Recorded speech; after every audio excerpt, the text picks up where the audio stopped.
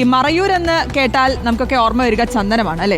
ചന്ദനമോഷണവും മറയൂരിൽ പതിവായിരുന്നു. എന്തായാലും കുറച്ചു നാളത്തെ ഇടവേളയ്ക്ക് ശേഷം കഴിഞ്ഞ ദിവസം മറയൂർ ചന്ദന റിസർവിൽ വീണ്ടും മോഷണം നടന്നു.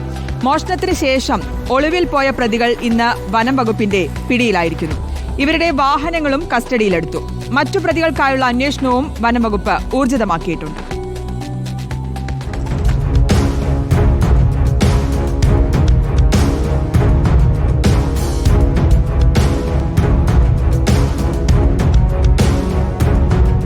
മറയൂർ ചന്ദന ഡിവിഷനിൽപ്പെട്ട നാച്ചിവയൽ ഫോറസ്റ്റ് സ്റ്റേഷൻ പരിധിയിലെ NSR 2-വിൽ നിന്നും ചന്ദനമരം മുറിച്ചു കടത്തി ഒളിവിൽ കഴിഞ്ഞിരുന്ന 3 പ്രതികളെയാണ് വനം വകുപ്പ് പിടികൂടിയത്.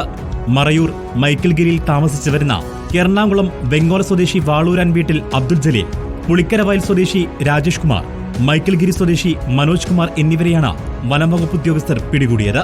നാച്ചിവയൽ ചന്ദന റിസർവിലെ ഇല്ലിക്കാട് ഭാഗത്തു നിന്ന് നവംബർ 6-ന് സർക്കാർ ചന്ദന സംരക്ഷണ ഇരുമ്പുവേലി മുറിച്ച അവിടെ നിന്നിരുന്ന 4 ചന്ദന മരങ്ങളാണ് മുറിച്ചു കടത്തിയത്. ഇതുമായി ബന്ധപ്പെട്ട് കഴിഞ്ഞ ദിവസം അറസ്റ്റിലായ ശിവ എന്നറിയപ്പെടുന്ന ശരത്തിന്റെ മൊഴിയുടെ അടിസ്ഥാനത്തിൽ ഇവർക്കായി വനംവകുപ്പ് നടത്തിയ അന്വേഷണത്തിലാണ് പ്രതികൾ പിടിയിലായത്. ചന്ദനം കടത്തുവാൻ പ്രതികൾ ഉപയോഗിച്ചെന്ന് പറയുന്ന ഒരു കാറും ജീപ്പും മിനി പിക്കപ്പും ഉൾപ്പെടെ 3 വാഹനങ്ങളും വനംവകുപ്പ് കസ്റ്റഡിയിലെടുത്തിട്ടുണ്ട്. ഈ അറസ്റ്റിലായ ശിവയുടെ മൊഴിയുടെ അടിസ്ഥാനത്തിൽ നമ്മൾ 3 പ്രതികളെ, ഒന്ന് മനോജ് കുമാർ, രാജേഷ് കുമാർ, അതുപോലെ അബ്ദുൾ ജലീൽ എന്നീ 3 പ്രതികളെ നമ്മൾ അറസ്റ്റ് രേഖപ്പെടുത്തി. 2 വണ്ടികളും നിലവിൽ കിട്ടിയിട്ടുണ്ട്. ഇതിലെ കൂടുതൽ പ്രതികളെ വളരെ ടീം ആയിട്ട് തിരിഞ്ഞ് കേരളത്തിന്റെ പല ഭാഗങ്ങളിലും അന്വേഷണം നടക്കുന്നുണ്ട്.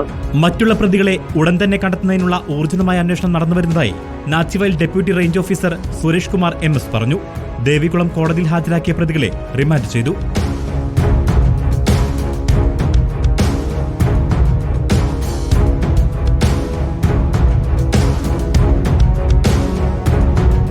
റിപ്പോർട്ടർ ഇടുക്കി.